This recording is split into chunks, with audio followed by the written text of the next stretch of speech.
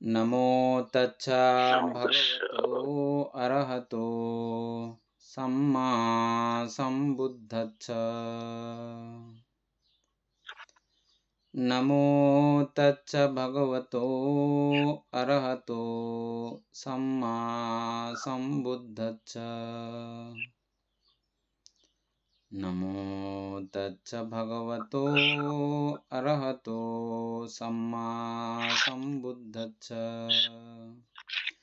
जगत पूज्य महाकारुणिक तथागत सम्यक सम्बुद्ध श्रीचरणे कृतज्ञ प्रणाम निवेदन करे पूर्ण पारमिते अंशग्रहणकारी सकल उपासक उपासिकागणेर निरोग दीर्घायु सुख जीवन तथा ज्ञान विमंडित जीवन कामनाय शुरू करते चलेछि आजकेर अभिधर्म चर्चा क्लास।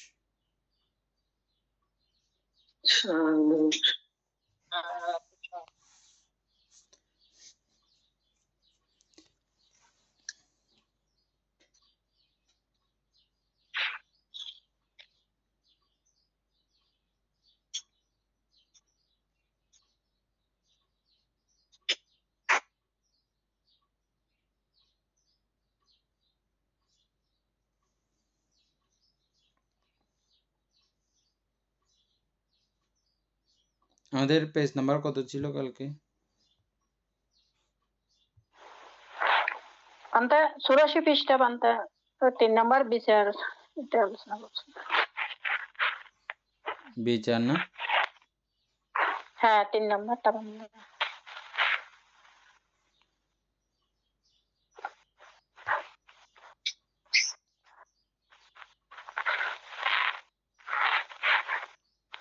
বইটা একটু পাঠান তো এই নয়ন বাবু।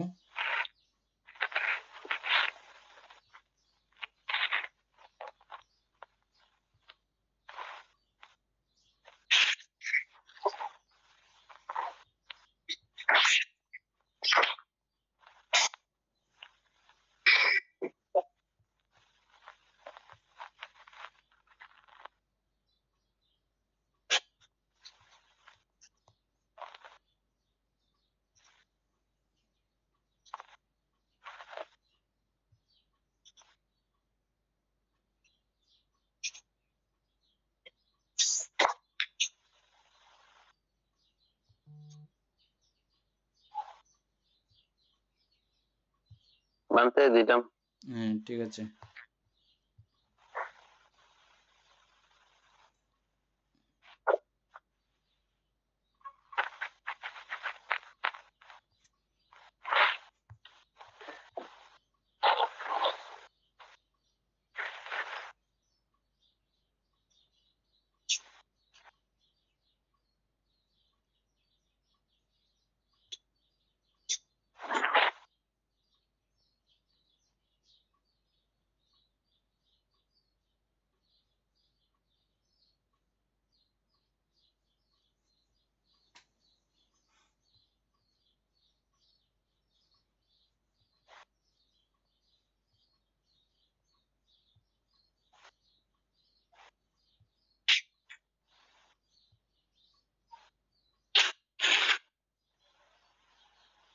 মোবাইলের পৃষ্ঠা কত? ওটা তো 84 পৃষ্ঠা তো বানতে। 84 পৃষ্ঠা। হ্যাঁ বিতর্ক।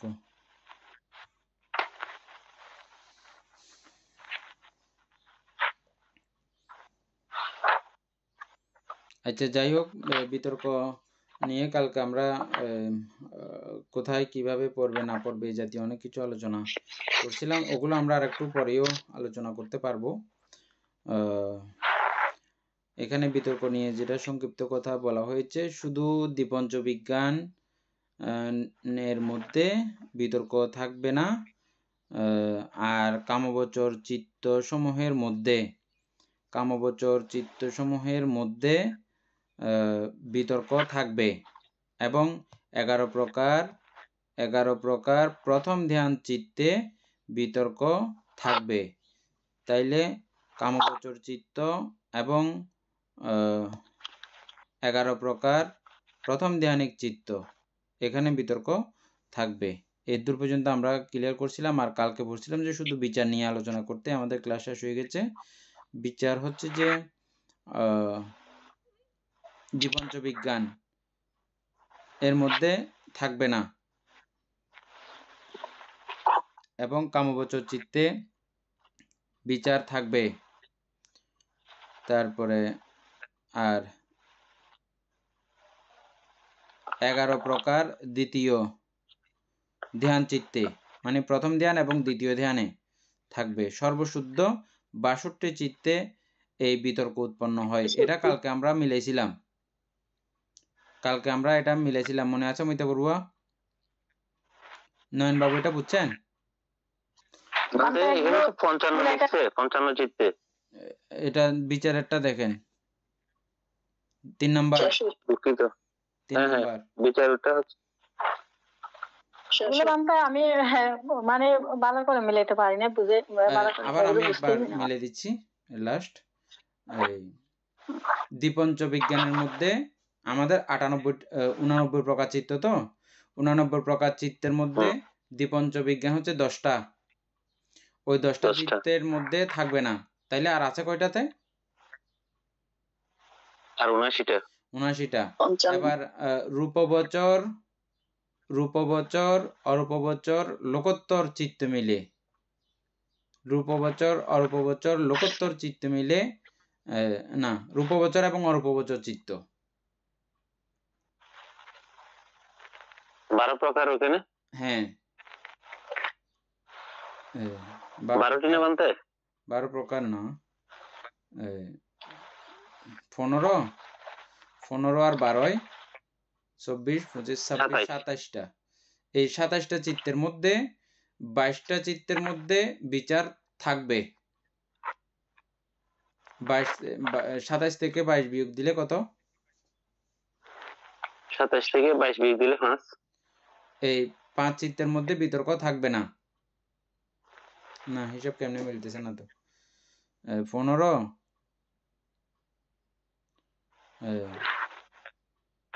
আর 40, ওভাবে ওখানে আবার 40 ধরা হয়েছে, 5 আর 40, তাইলে 5 11 55, তখন হয় 55 চিত্ত।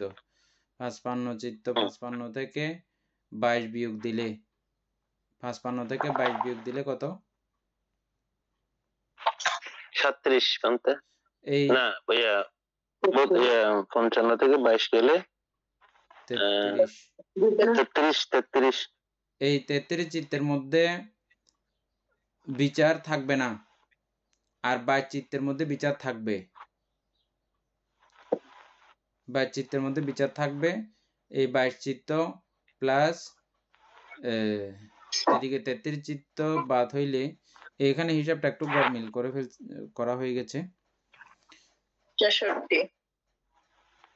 66টা হবে যে কামবচর, বিতর্ক পড়তেছি না আমরা, বিতর্ক না বিচার।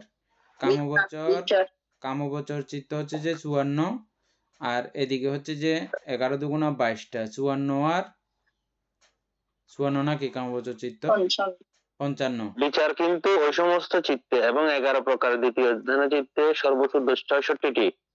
কামবচর চিত্ত হচ্ছে যে টোটাল মিলে 54টা, তো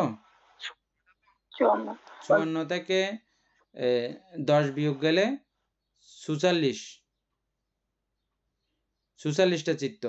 এই 46 চিত্ত এবং 22 চিত্ত, প্রথম ধ্যান এবং দ্বিতীয় ধ্যান, এই দুইটা চিত্তে বিচার থাকে।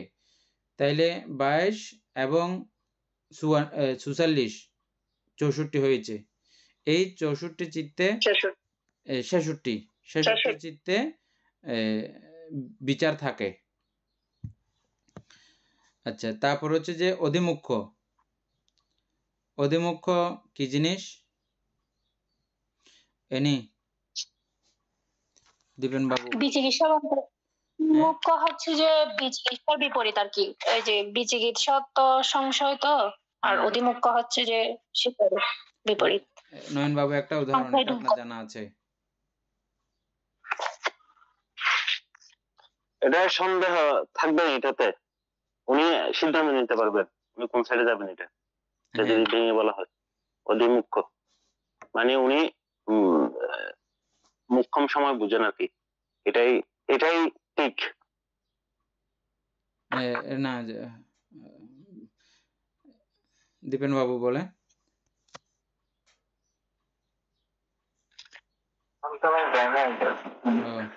আচ্ছা যাই হোক, অধিমুখ্য তো আমরা পুনরায় আলোচনা করব। এখানে আমি সংক্ষিপ্ত বলছি, দুইটা পথের মাঝখানে ওনাকে বলছে এই পথ দিয়ে চলে যাও, এই পথ দিয়ে চলে যাও বলছে। তিনি মাঝখানে গিয়ে দেখলেন যে ওইদিকে দুই দিকে আবার পথ বার হয়েছে। মা এখন কোন দিকে যাবো রে, আমাকে তো ডাইন বাম বলে দেয় নাই। ওখানে গিয়ে তিনি কতক্ষণ থমকে দাঁড়িয়েছেন, দাঁড়িয়ে দৌড়ো একটা গতি যাইগই, কাউকে মানুষ টানুষ পাই নাই, উনি জিজ্ঞেস করার জন্য কেউ পাই নাই, কাউকে পাই নাই। তিনি তখন দাঁড়িয়ে থাকা নাই, আর দ্বিধাগ্রস্ত হয়ে দাঁড়িয়ে থাকা নাই, তিনি একদিকে চলে গেছে। এটা ভুল হোক আর শুদ্ধ হোক, এক সাইড তিনি গ্রহণ করে ফেলেছেন, এটার নাম অধিমুখ্য। ভুল হইলেও হইতে পারে, শুদ্ধ হইলেও হইতে পারে, যে কোনো এক পথে তিনি চলে যাবেন, এটার নাম হচ্ছে অধিমুখ্য। এ নিয়ে আমি ঠিক বলছি নাকি নাকি উল্টা পাল্টা হয়ে গেছে? বলতে অধিমুখ্য হচ্ছে যে অর্থাৎ সংশয় থেকে মুক্ত আর কি, আর সংশয় থাকা না ওনার মধ্যে, চিত্তের সংশয় থাকা না বললে এটা বিচিকিৎসা উত্তীর্ণ, এটা সিস্টেম আলাদা, অধিমুখ্য সিস্টেম আলাদা। অধিমুখ্য হচ্ছে যে মাথা মোটা, ও যেদিকে সেদিকে চলে যাবে, যেটা হবে হোক, আমি একদিকে যাব, এখন আমি দাঁড়ায় থাকবো না, এ মাথা মোটা। বুঝা গেছে এখন? তো বিচিকিৎসার কি যে অপোজিট কি যে? বিচিকিৎসার অপোজিট হচ্ছে যে বিচিকিৎসা মুক্ত।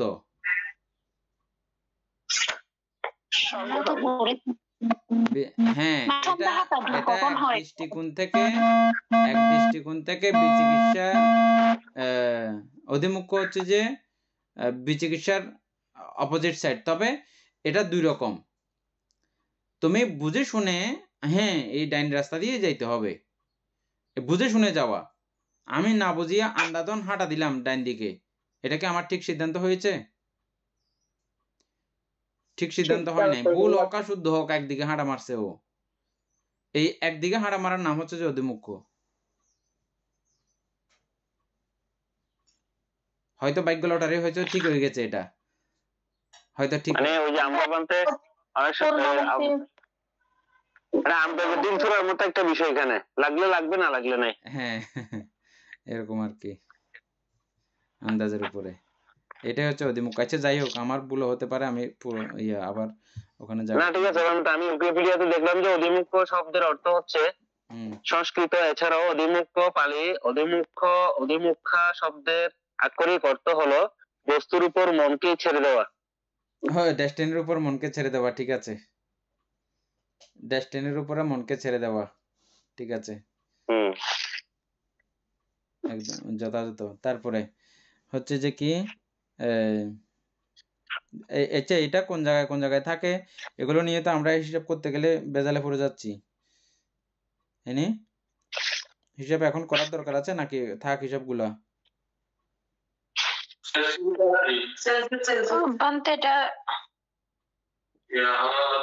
এখন সবাই কি জানতে চাচ্ছে সেটা? নয়ন বাবু জানতে চাচ্ছেন হিসাবগুলা? হিসাবগুলো কি পরে করবেন মানতে? হ্যাঁ, পরে তো অবশ্যই করতে হবে, যদি প্রয়োজন থাকে। আপনি হিসাবগুলো করার জন্য আর একটু সহজ মনে হবে হিসাবগুলো, যখন চৈতসিকগুলো সম্পর্কে পুরো একটা আইডিয়া হবে আপনার, হ্যাঁ, তখন এগুলো ভাঙে ভাঙে ভাঙে ভাঙে বুঝাইলে আপনার আরামও লাগবে একটু।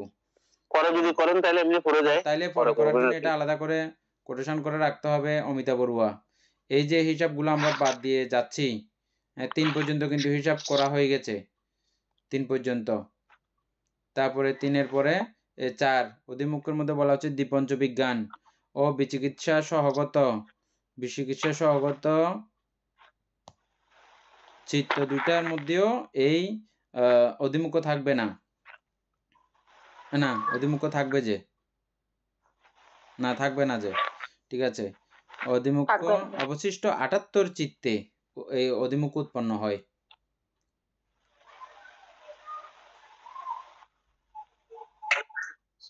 বলতে এটা হবে যে 89 প্রকার চিত্ত থেকে দ্বিপঞ্চ বিজ্ঞান, তারপরে বিচিকিৎসা সহগত চিত্ত, এটা বর্জিত হয়ে বাকি 78 প্রকার চিত্তের মধ্যে উৎপন্ন হবে। এখান থেকে 89 প্রকার চিত্ত ওই বিতর্ক অনেক আরো 54 প্রকার বলেছে, যে ওইখানে উপরে একটা কথা আছে, শুধু বলছে যে কামা বছর আচ্ছা, চিত্ত সমূহের এখানে মধ্যে। একটি কথা বলা দরকার, সেটা হচ্ছে যে এই যে এতগুলো চিত্ত আছে, সেখানে কুশল চিত্ত আমরা দেখেছি না? হ্যাঁ, কুশল চিত্ত তো দেখেছি। কুশল চিত্ত আমরা দেখেছি। এই কুশল চিত্ত আমরা যতক্ষণ পর্যন্ত প্রত্যক্ষীভূত হব না, এই কুশল চিত্তের প্রক্রিয়া কার্যক্রম কি, এটা কেন করতেছে, কি কারণে করতেছে, এটা যে করতেছে এটার ফল কি আসলেই তেমন, একজন ব্যক্তিত্ব যতক্ষণ পর্যন্ত ফাইনালি শ্রোতাপত্তি মার্গফল লাভ করে না, ততক্ষণ পর্যন্ত ওই সমস্ত বিষয় ওনার প্রকৃষ্ট রূপে জানাও কিন্তু হয় না। তাই উনি পূর্ণ করে যায় যে ওই অধিমুখ্য অবস্থার তালে না। এখন বা তারা বলছে এত বিশাল ব্যক্তিত্বরা সবাই বলতেছে, হ্যাঁ, তো এটা কি ঠিক না হয়ে পারে, ওই রকম একটা ওইভাবে সিদ্ধান্ত গ্রহণ করে উনি, ওনার নিজের মনে দেখে শুনে যে তিনি যাচ্ছে সেটা কিন্তু না। এটা পার্টিকুলার সবাই যাচ্ছে, গ্রামবাসীরাও সবাই যাচ্ছে, এই হতে সে পর্যন্ত সবাই গেছে, মহামতি ধর্মরাজ বুদ্ধ উনিও বলেছেন, হ্যাঁ, ওইভাবে ভাবে তিনি চলতে শুরু করেছেন। যে এটাও কিন্তু অধিমুখ্য, কিন্তু আবার নিজে দেখে শুনে পরীক্ষিত হয়ে যাওয়া, এটা হচ্ছে যে অধিমুখ্য মুক্ত, বিচিকিৎসা মুক্ত। এই জন্য বলা হচ্ছে যে অধিমুখ্য ওই চিত্তগুলোর মধ্যেও অধিমুখ্য থাকতে পারে। এটা আগে কিন্তু আমরা চিন্তা করি নাই অতটুকু, এনে এটা আবার পরে চিন্তা করি। আমি এখন যে কথাটা বললাম, মানে অধিমুখ্য কেন থাকে ওই চিত্তগুলোর মধ্যে, এটা বুঝা গেছে?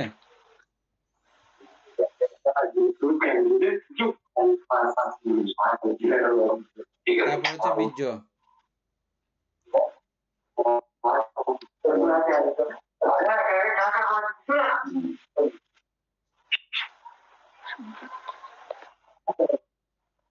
বীর্য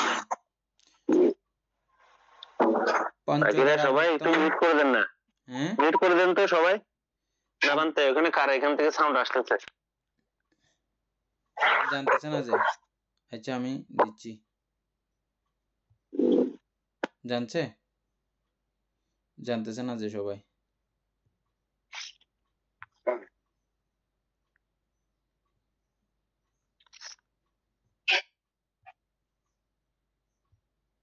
এখন ঠিক আছে।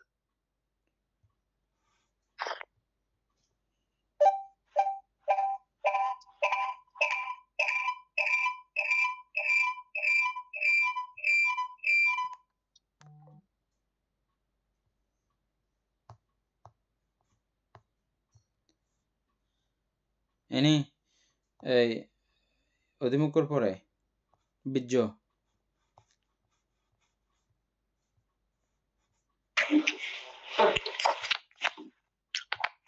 মানে এটা আমি বলতেছি, এটা কত কত হবে।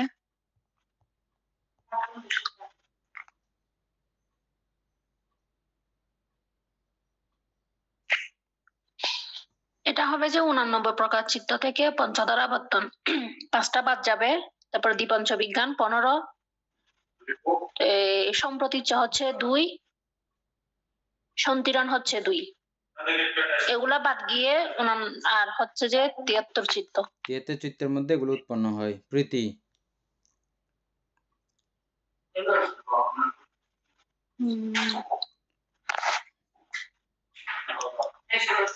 দমনস্য সহগত চিত্ত, উপেক্ষা সহগত চিত্ত, কায় বিজ্ঞান ও চতুর্থ ধ্যান চিত্ত বর্জন করিয়া অবশিষ্ট 51 প্রকার চিত্তের মধ্যে এই প্রীতি উৎপন্ন হয়।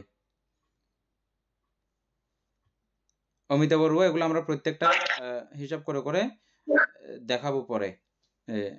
এটা হ্যাঁ, এটা ইয়ে করে রাখেন, লেখা রাখেন, নাহলে কিন্তু ফেলে চলে যাব।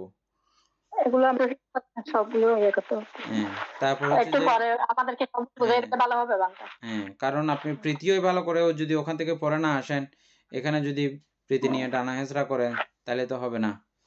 তারপরে ছন্দ, অহেতুক ও মোহমূলক চিত্ত বর্জন করিয়া অবশিষ্ট 69 চিত্তে উৎপন্ন হয়। 69 চিত্তের মধ্যে এই ছন্দটা উৎপন্ন হয়। বর্ণিত ক্রম অনুসারে 6 প্রকীর্ণ চৈতসিক, বর্জিত সংযুক্ত চিত্তের সংখ্যা যথাক্রমে। এখানে এই প্রকীর্ণ চৈতসিক কোথায় সংযুক্ত হয়েছে, কোথায় হয়নি, এগুলো দেখানো হয়েছে এই পর্বটার মধ্যে। স্মারকগাথার মধ্যে হচ্ছে যে 66, 55 ক্রমে, 11, 16, 70 ও 20 চিত্ত প্রকীর্ণ বিহীন, 54, 64 চিত্ত আর 78, 73 ও 51 আর 69 প্রকীর্ণের প্রয়োগ যেন 12 বার। প্রকীর্ণের সম্প্রয়োগ যেন 12 বার। 12। আচ্ছা, এই স্মারকগাথা সহ, তাহলে এটা আমরা পরে আলোচনার জন্য রেখে দিলাম। কেমন? অকুশল চৈতসিকের সম্প্রয়োগ। আচ্ছা, এগুলো তো সবগুলো সম্প্রয়োগ আছে, যে সম্প্রয়োগটা তো টেনে যাওয়া দরকার। নয়ন বাবু কি বলেন?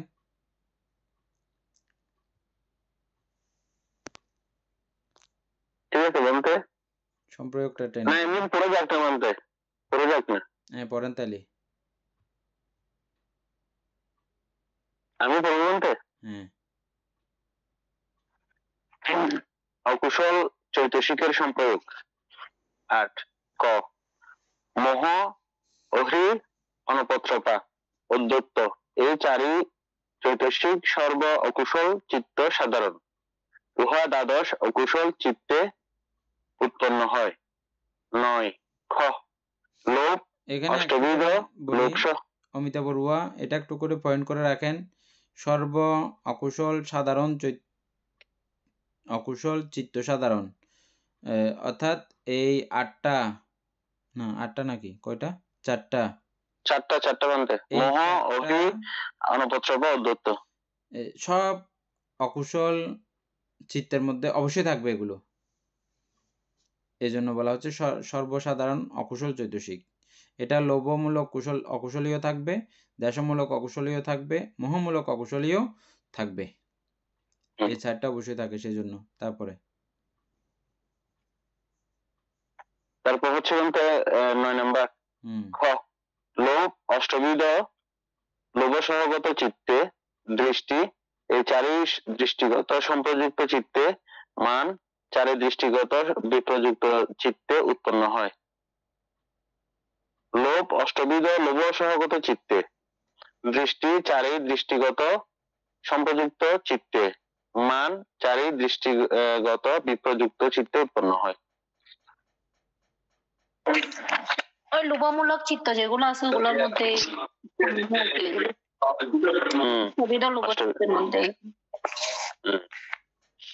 এরপর হচ্ছে 10 গ দেশ, ঈর্ষা, মাৎসর্য, ককৃত্য এই চারি প্রকার চৈতসিক প্রতীক সম্প্রযুক্ত চিত্তদ্বয়ে উৎপন্ন হয়। 11 ঘ স্তন্য, নিদ্য 5 প্রকার সংস্কারিক চিত্তে উৎপন্ন হয়।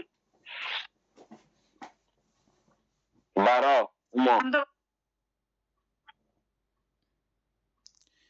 বিচিকিৎসা, কেউ কিছু বলতে চেয়েছেন?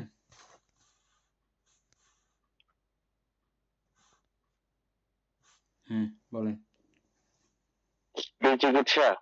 বিচিকিৎসা সহগত চিত্তে উৎপন্ন হয়। বিচিকিৎসা, শুধু বিচিকিৎসা সহগত চিত্ত যেগুলো আছে, কয়টা আছে যে 2টা না? হ্যাঁ, একটাই তো বন্ধ দেখাচ্ছি এখানে। বিচিকিৎসা সহগত চিত্ত একটা, ওইটাতে শুধু বিচিকিৎসা উৎপন্ন হয়, আর কোথাও উৎপন্ন হবে না। এগুলা মোহ, অহ্রি, অনপত্রপা এগুলো যখন মানতে চৈতসিক পড়বে তখন ক্লিয়ার হয়ে যাবে এগুলো কি। শোভন চৈতসিকের সম্প্রয়োগ। 13 ক শোভন চৈতসিকের মধ্যে 19 প্রকার শোভন সাধারণ চৈতসিক, 59 প্রকার শোভন চিত্তের প্রত্যেকটি বিদ্যমান থাকে।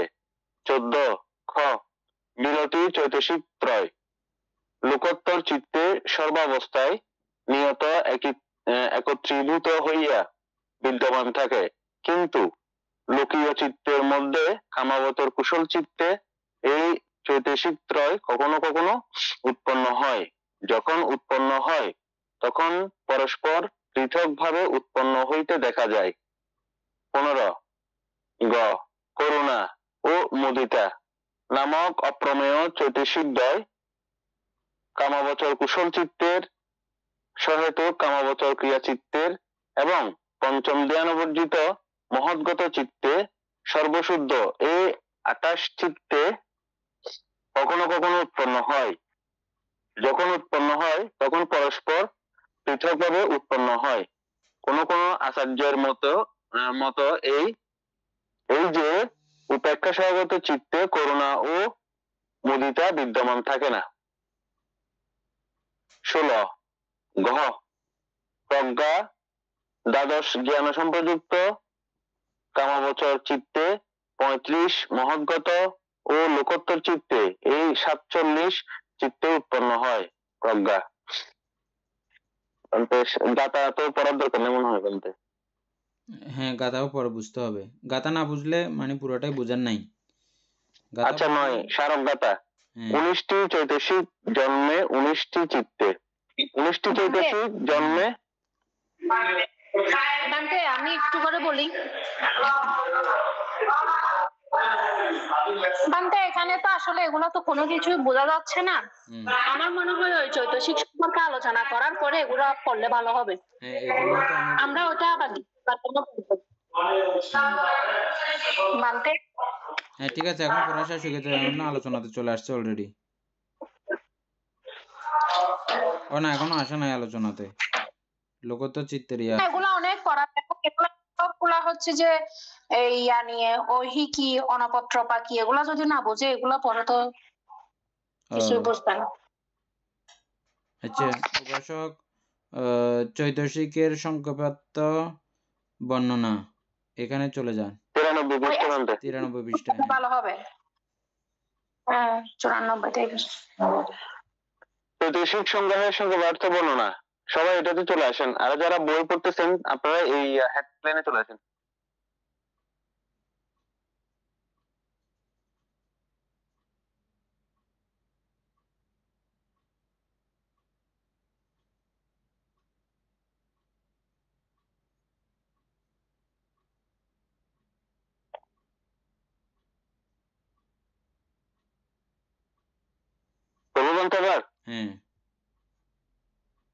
চৈতসিক সংগ্রহের সংক্ষেপার্থ বর্ণনা।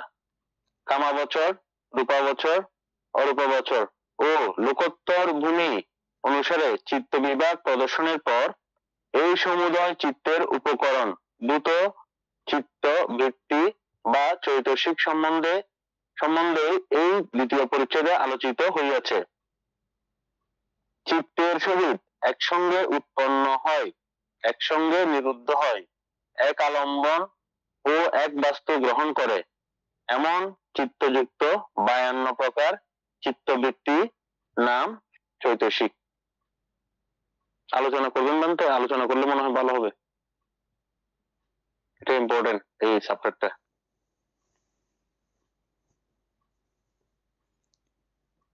কামবচর, রূপবচর, অরূপবচর, লোকোত্তর ভূমি অনুসারে চিত্ত বিভাগ প্রদর্শনের পর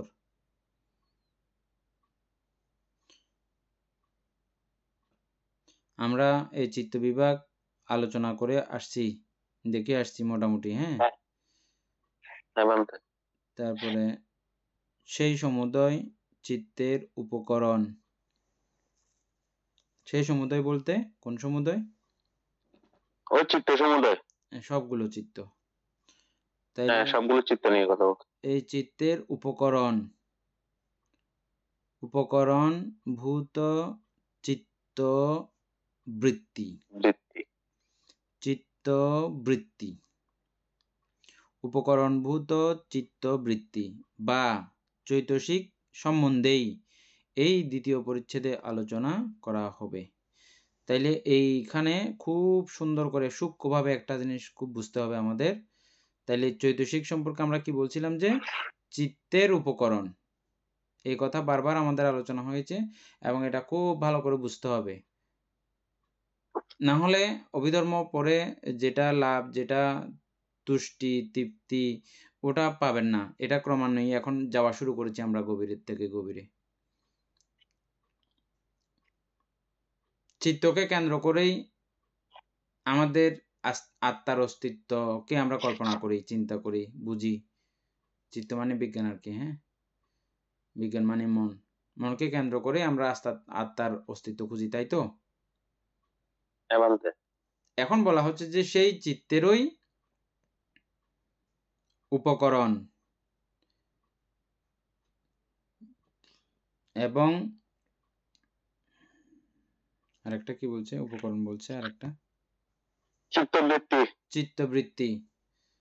উপকরণও আবার ওই চিত্তের অভ্যাসও, উপকরণও ওই মানে উপকরণও বলা যাবে বা অভ্যাসও বলা যাবে। উপকরণও এগুলো মানে ওই চিত্ত উৎপত্তি হতেও এটাই উপকরণ। আবার এগুলো মিলিয়ে মিশিয়ে উপকরণগুলো লাগবে, হ্যাঁ, আবার এগুলো মিলিয়ে মিশিয়ে গন্ড হইয়া, মানে আমি 10টা তরকারি দিলাম, 10টা তরকারি 10টা সবজি দিলাম, 10টা সবজি, প্রত্যেকটা কিন্তু এগুলো সবজি, প্রত্যেকটা এক একটা সবজি, হ্যাঁ, তারপরে সবগুলো মিলিয়ে মিশিয়া আবার এটাকে আমরা সবজি বলতেছি, তবে সবজি বলতে এটা আলাদা করে আমরা নাম দিচ্ছি গন্ড, অথবা মিশাল সবজি, কিছু একটা নাম দিয়ে ফেলছে আবার, কিন্তু আলাদা। সবগুলো ওগুলোর উপাদান দিয়ে এগুলো তৈরি হয়েছে, মানে টোটাল বলতে এটার নামই হচ্ছে তরকারি। হ্যাঁ, ওটা একটা তরকারি নাম দিয়ে দিছি আমরা। হ্যাঁ, এগুলো কিন্তু সবগুলো এক একটা সবজি দিয়েই সৃষ্টি হয়েছে, হয়ে আবার এক জাতের কিছু একটা হয়ে গেছে। এখন এটাকে আর 14 কিছু আমরা বলতেছি না, পটল বায়ু না আলু হতে শুরু করে সবকিছু বলতেছি না, আমরা একটাই নামে প্রকাশ করতেছি, আবার তরকারি। তো এটাও সবকিছু মিলেমিশেও হয়েছে যে, কিন্তু একটা আবার একটা চিত্তবৃত্তি, চিত্তের অভ্যাস, সবকিছু মিলিয়েও এটাই তৈরি হয়েছে। এই তাইলে উৎপন্ন হয়েছেও চৈতসিক দিয়ে, আবার উৎপন্ন করবে যে চৈতসিক, উৎপন্ন হয়েছেও চৈতসিক দিয়ে। কে উৎপন্ন হয়েছে চৈতসিক দিয়ে?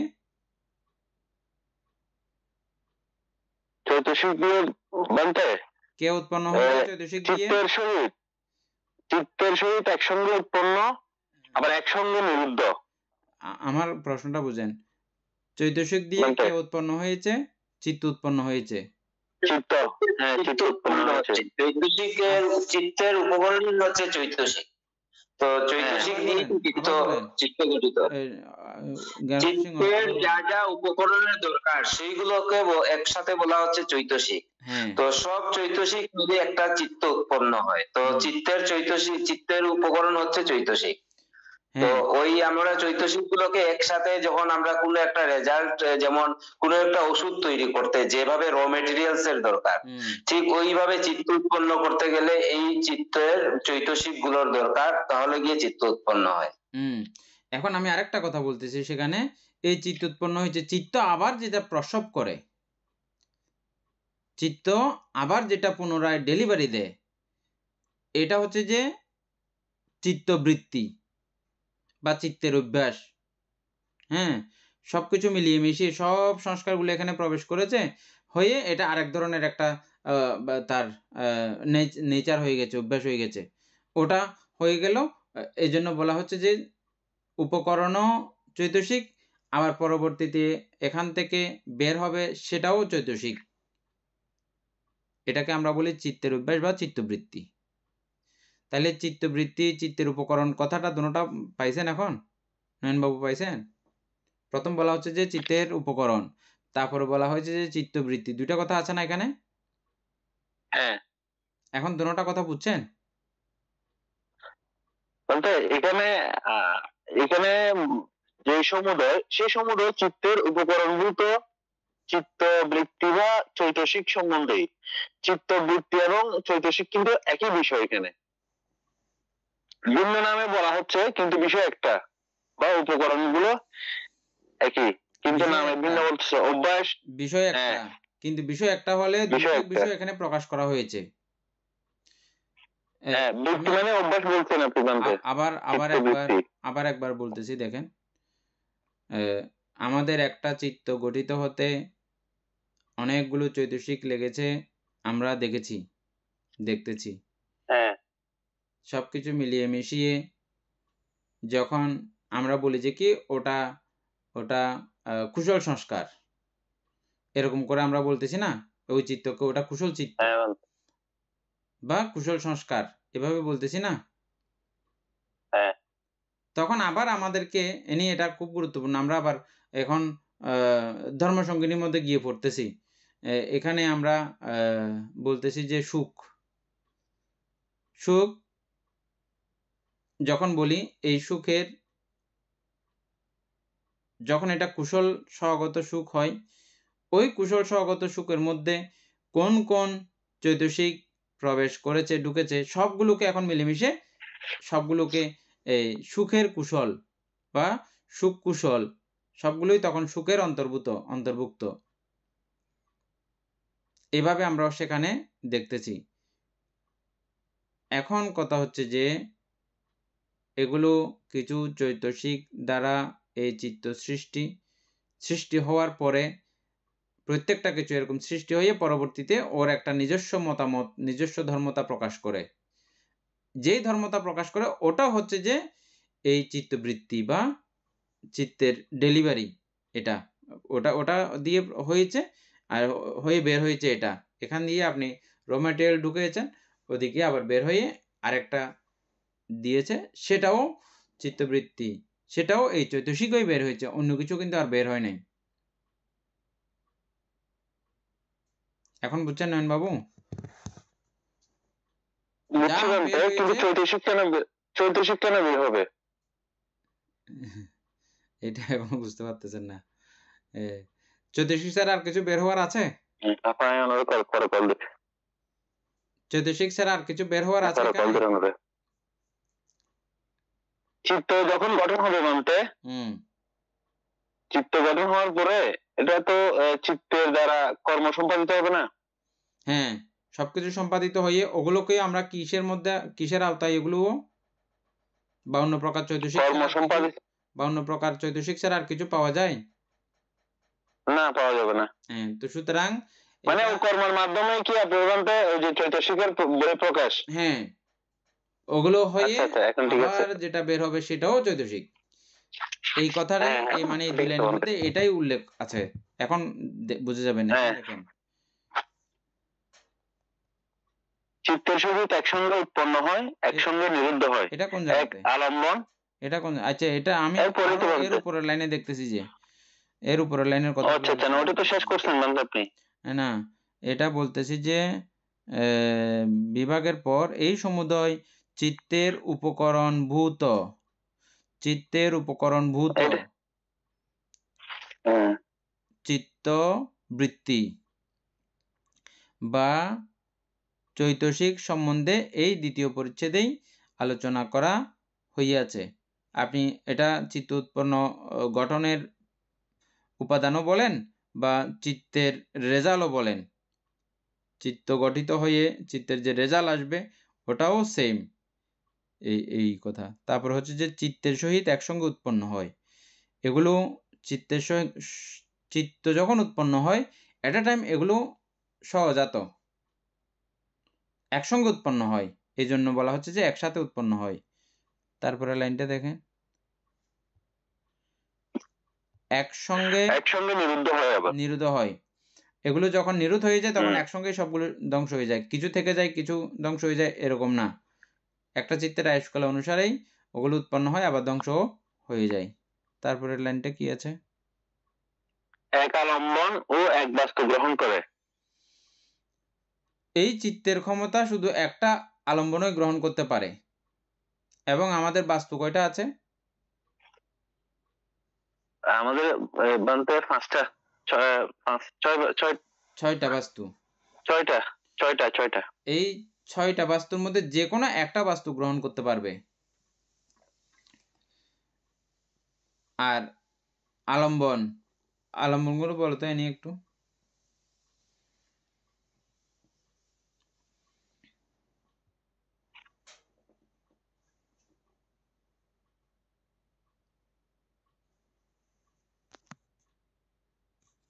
আলম্বন 6টা না বানতে? না, এনে কই? এনে মনে হয় বাইরে আছে। ও উম, আলম্বন 6 প্রকার হলেও একটা একটা ইয়ে আছে। অমিতা বড়ুয়া এটা মনে রাখবেন, কালকে এটা লেখা আছে, বুঝছেন, টোটাল আলম্বন সম্পর্কে। রূপ যত আছে, রূপ, শব্দ এবং গন্ধ, এগুলো না বলতে প্রত্যেকটা চিত্ত, হ্যাঁ, রূপ। রূপ এবং 89 প্রকার চিত্ত, তারপরে নির্বাণ, নির্বাণ এবং চৈতসিক, এগুলো সবগুলোই আলম্বন। এই সমস্তই চিত্তের আলম্বন। কিন্তু চিত্ত, চৈতসিক, রূপ, নির্বাণ সবই চিত্তের আলম্বন। আলম্বন হবে কিনা বুঝে দেখেন তো নয়নবাবু। রূপ, 89 প্রকার চিত্ত, তারপর বলছেন বলতে নির্বাণ, এই চৈতসিক, চৈতসিক, 52 প্রকার চৈতসিক এবং নির্বাণ, এগুলো সবগুলোই আলম্বন, বুঝছেন। এই আলম্বন থেকে যে কোনো একটাই আলম্বন গ্রহণ করতে পারে একটা চিত্তের ক্ষমতা, দুইটা আলম্বন গ্রহণ করতে পারে না এক চিত্ত এবং এক বাস্তু। বাস্তু একটা, আলম্বনও একটা, হ্যাঁ। এই কথাটা। তারপরে এমন চিত্তযুক্ত 52 প্রকার চিত্তবৃত্তির নাম চৈতসিক। আবার এমন চিত্তযুক্ত 52 প্রকার চিত্তবৃত্তির নাম চৈতসিক।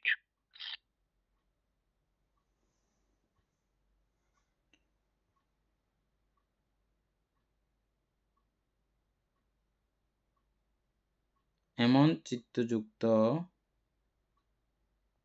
52 প্রকার চিত্তবৃত্তির নাম চৈতসিক। নিচে একটা টিকা আছে, টিকাটা 13 পৃষ্ঠার দ্রষ্টব্য লিখছে। 13 পৃষ্ঠা তো কোন 13 পৃষ্ঠা? এটা 13 পৃষ্ঠা তো মিলমিশ নাই। এই যে যাই হোক, এটা কত হচ্ছে? 52 প্রকার, 52 প্রকার এখানে তো বলা হয়েছে এমন চিত্তযুক্ত 52 প্রকার চিত্তবৃত্তির নাম চৈতসিক। আমরা যেগুলা উপরে ঘুরে আসছিলাম তো 52 প্রকার যে হ্যাঁ, এই 52 প্রকার সব চিত্তের উপাদানগুলোই হচ্ছে যে চৈতসিক। চৈতসিক। চারিভূমির চিত্তসমূহ মূলত 7টি মাত্র চৈতসিকের সম্মিলনে গঠিত। এই 4টা ভূমি, কামাবছর, রূপাবছর, লোকোত্তর, এই চারিভূমির চিত্তসমূহ মূলত 7টি মাত্র চৈতসিকের সম্মিলনে গঠিত, যথা স্পর্শ, বেদনা, সংজ্ঞা, চেতনা, একাগ্রতা, জীবিতেন্দ্রিয় ও মনস্কার। আবার পড়েন। এই 89 প্রকার চারিভূমির চিত্তসমূহ মূলত, মানে 4টা ভূমি বান্ধ, আমরা উপরে 4টা ভূমি বললাম না, কামাবছর, রূপাবছর, অর্কবছর ও লোকোত্তর ভূমি। এই 4টা ভূমির যে চিত্তসমূহ আছে আমাদের 89 প্রকার চিত্ত, এই 89 প্রকার চিত্ত 7টি মাত্র চৈতসিকের সম্মিলনে গঠিত বলা হচ্ছে এখানে। যে সর্বসাধারণ যে চৈতসিক স্পর্শ, বেদনা, সংজ্ঞা, চেতনা, একাগ্রতা, জীবিতেন্দ্রিয় ও মনস্কার। এই জন্য এই সপ্ত চৈতসিকের নাম সর্বচিত্ত সাধারণ চৈতসিক। এই কারণে এই 7টা চৈতসিকের নাম দেওয়া হয়েছে বলতে সর্বচিত্ত সাধারণ চৈতসিক, যেহেতু এটা 89 প্রকার চিত্তের মধ্যে বিচরণ করতে পারে। উপাসিকা অমিতা বড়ুয়া, এটার সঙ্গে আমরা যে ওখানে সর্বচিত্ত সাধারণ চৈতসিক পড়েছি, একটু করে আলোচনা দেওয়া আছে, এটার সঙ্গে এটা মিলিয়ে লিখবেন আপনি, উপরেরটা এবং এটা। দীপেন বাবু বুঝছেন? আমরা যে কিছুক্ষণ আগে যে সর্বচিত্ত সাধারণ চৈতসিকের একটা ইয়ে পড়ছি না এখন, ওটার সঙ্গে এই আলোচনাটা মিলাবেন, তাইলে আপনাদের বুঝতে আরো সোজা হবে। আর লেখা শেষ হলে গ্রুপেও দিয়ে দিতে পারেন, সবাই পড়লে আর একটু মানে জিনিসটা পরিষ্কার হয়ে যাবে সবার। নয়ন বাবু বুঝছেন আমি কি বলতে চাইছি?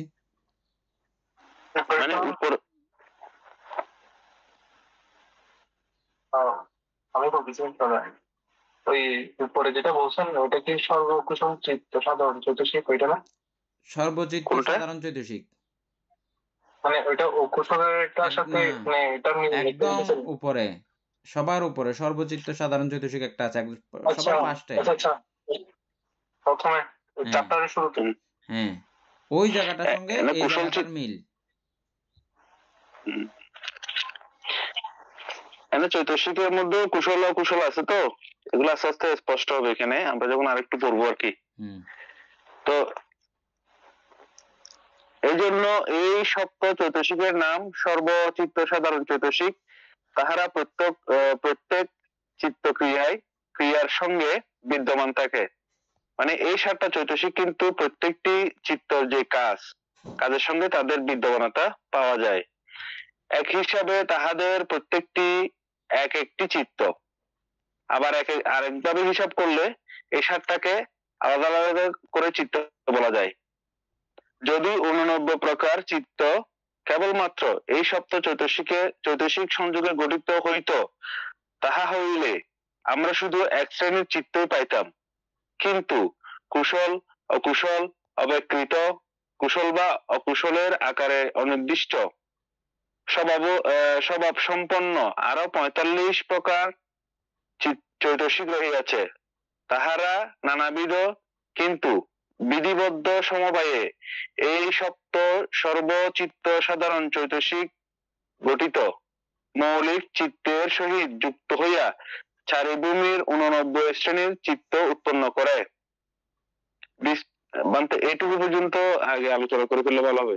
আমাদের তাহলে মৌলিক চিত্ত, আমরা এই কথাতে আর একটা বিষয় কি পরিষ্কার হয়ে গেল, আমাদের মানে মৌলিক চিত্ত বা বিজ্ঞান। হ্যাঁ, আমাদের মূলত বিজ্ঞানকে কেন্দ্র করে এই বই পড়া শুরু হয়েছে, এটা মনে রাখবেন।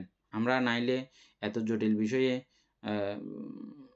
কেউ যেতে চায় না, এবং এত একটা দীর্ঘ সময়ের গবেষণার মধ্যে কেউ পড়ে যায় না। এটা আরম্ভ হয়ে গেছে যে আমরা অভিধর্ম অর্থ সংগ্রহ পড়ার জন্য, কিন্তু এটা এমনি সূত্রপিটক আদি যেগুলো সহজ সহজ বিষয় আছে এগুলো পড়বো আস্তে আস্তে, এরকমই প্ল্যান ছিল। বিজ্ঞান বোঝার জন্য এখানে বিজ্ঞান বা মৌলিক চিত্ত বা চিত্ত, এটাই হচ্ছে যে এই সর্বচিত্ত সাধারণ চৈতসিকের সন্নিবেশন। এই 7টা নিয়ে যদি একত্রিতভাবে যদি থাকে, অন্য কোনো কিছু নাই, আর কোনো চৈতসিক বা অন্য প্রকার চৈতসিকের মধ্যে এই শুধু 7টা একত্রিত হয়েই মৌলিক চিত্ত বা মৌলিক বিজ্ঞান বলা হয়। বিজ্ঞান এটা মানে একদম মৌলিক, এটা মৌলিক মানে সব জায়গাতে থাকবেই। মৌলিক মানে কি? মূল একদম, মানে যেখান থেকে সূচনা হয় সবকিছু, মূল আর কি, একদম গোড়া। মৌলিক শুধু গোড়া বললেও যে মৌলিকের সমাধান, কথাটা মৌলিক সম্পর্কে আপনাদেরকেই বুঝে নিতে হবে। মৌলিক যৌগিক চিনেন তো না? মানে উপর থেকে এক লাইন করে বলে আসি, নাহলে ওরা সবার ক্লিয়ার হবে না।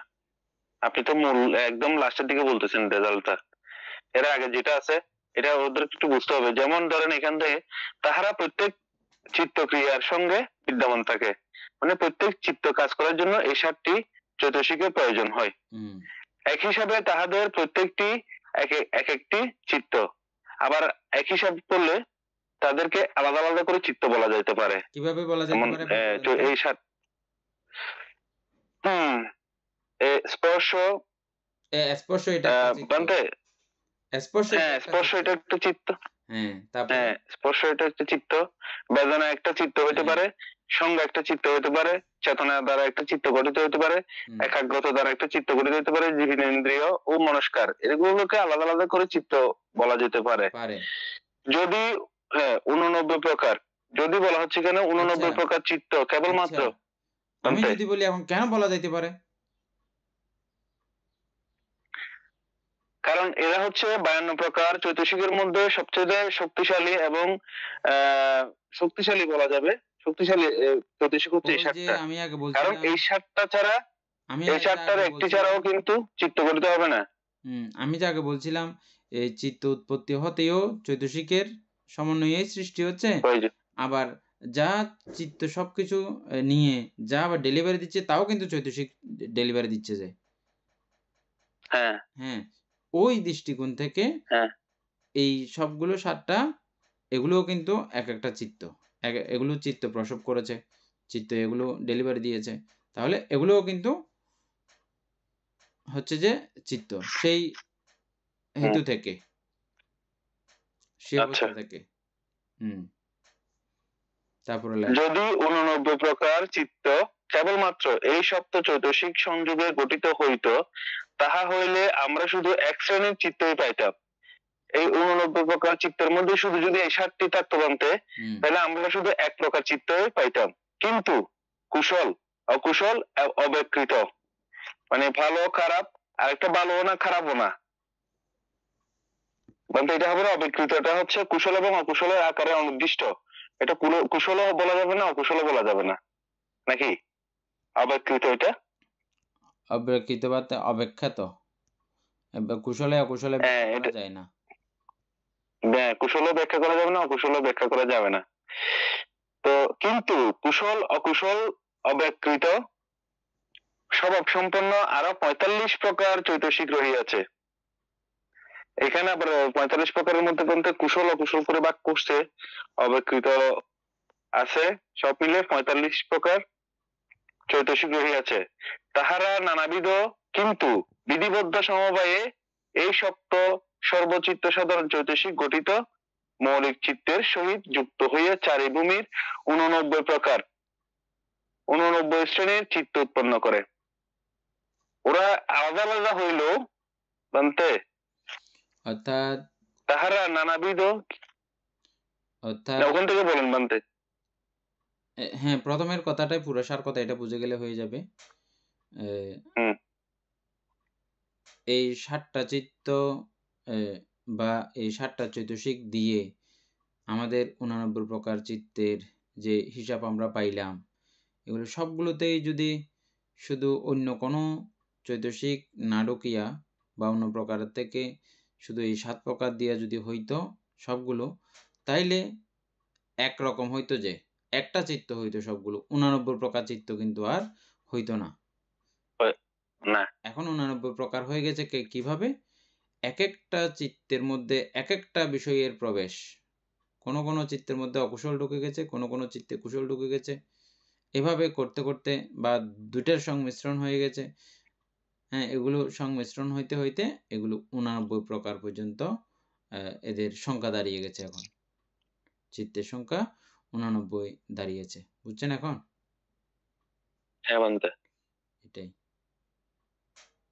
এরপরে মানে এতক্ষণের যেটা সার কথা, এটা হচ্ছে যে এটা। তারপরে বিস্তারিত ভাবে বলিতে গেলে 121 শ্রেণীর চিত্ত উৎপন্ন করে। আরো যদি বিস্তারিত বলা হয় তাহলে 121 শ্রেণীর 121 প্রকার চিত্ত উৎপন্ন করে। বিস্তারিত দাদা ওই এর উপরে ইয়া দিছে যে ওই কিন্তু কৌশল অকুশল অব্যকৃত, কুশল বা অকুশলের আকারে অনির্দিষ্ট স্বভাব সম্পন্ন আরো 45 প্রকার চৈতসিক রয়েছে। এগুলো কোনগুলো? এগুলো এই যে 52 প্রকারের মধ্যে 7 বানতে বলছে, তো সেই জন্য আমি আর বলি নাই।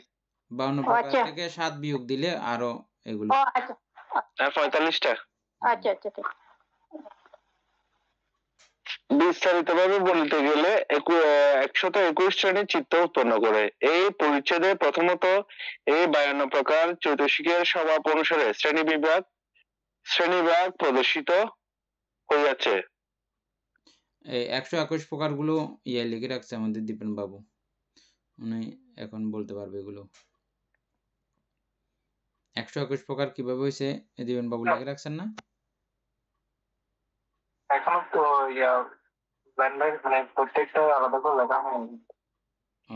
অভ্যন্তে আমাদের 8 প্রকার লোকত্ব চিত্তকে পঞ্চম ধ্যানাঙ্গ দ্বারা 5 দিয়ে গুণ করা হয় আর কি।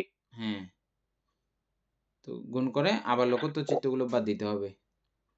89 থেকে আবার লোকত্ব চিত্তগুলো বাদ দিলে এই 121 প্রকার মিলবে। হ্যাঁ, 121 প্রকার হয়ে যাবে।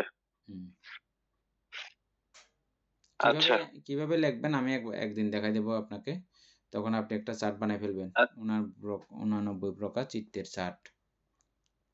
আচ্ছা বানতে না 121 প্রকার 121 প্রকার চিত্তের চার্ট।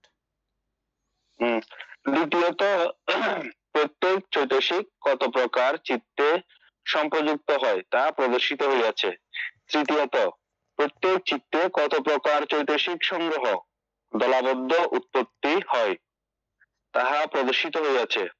এইরূপ শ্রেণী বিভাগ, সম্প্রয়োগ ও সংগ্রহ প্রদর্শনে কি লাভ?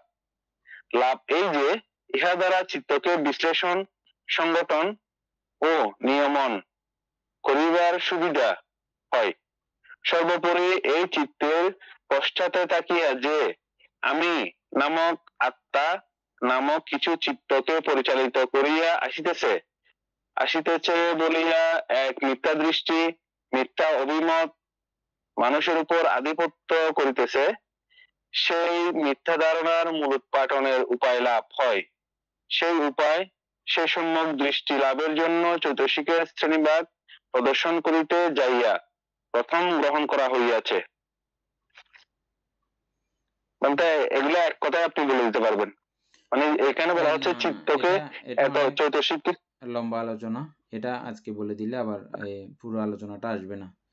এটা অনেক গুরুত্বপূর্ণ। তাহলে 94 পৃষ্ঠা পর্যন্ত থেকে যাবেন, কালকে এখান থেকে আলোচনা করি 94 পৃষ্ঠা থেকে। এটা ভালো হবে, এটা গুরুত্বপূর্ণ আলোচনা তো সেজন্য। আর এটা গেলে পরে আর বুঝবে না। তো এখন বলতে ওরা প্রশ্ন করতে হবে, তো আমরা তো আগে আপনাকে প্রচুর প্রশ্ন করতাম। ও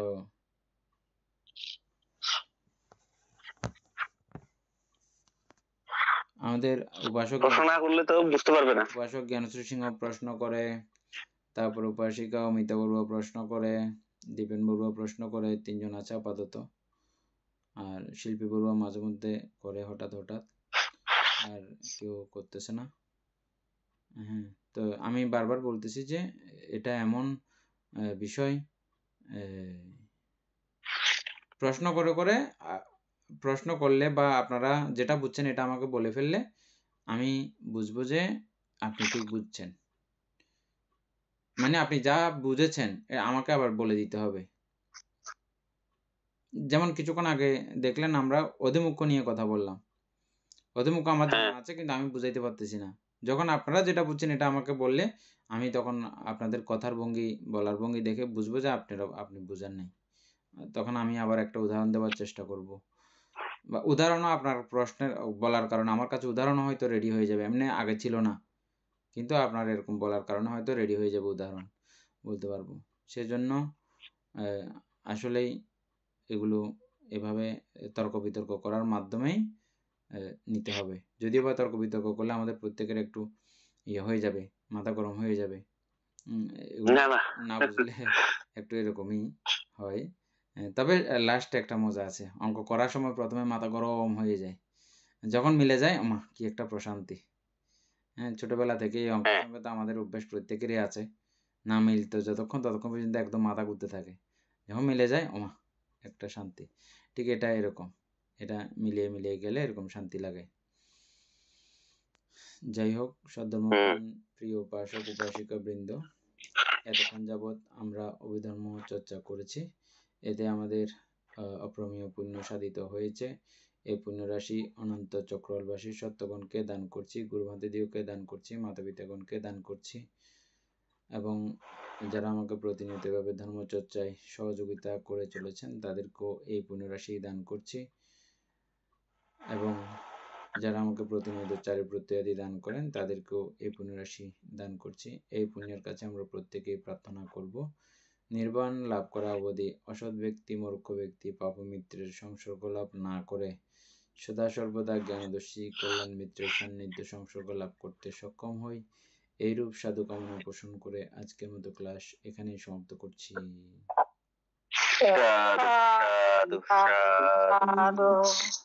ওকাশ নামি ভান্তে দারতেনা তথাং সাব্বাং অপরাধাং ক্ষমাতু মে বন্তে দুতিয়ম্পি ওকাশ বন্দামি ভান্তে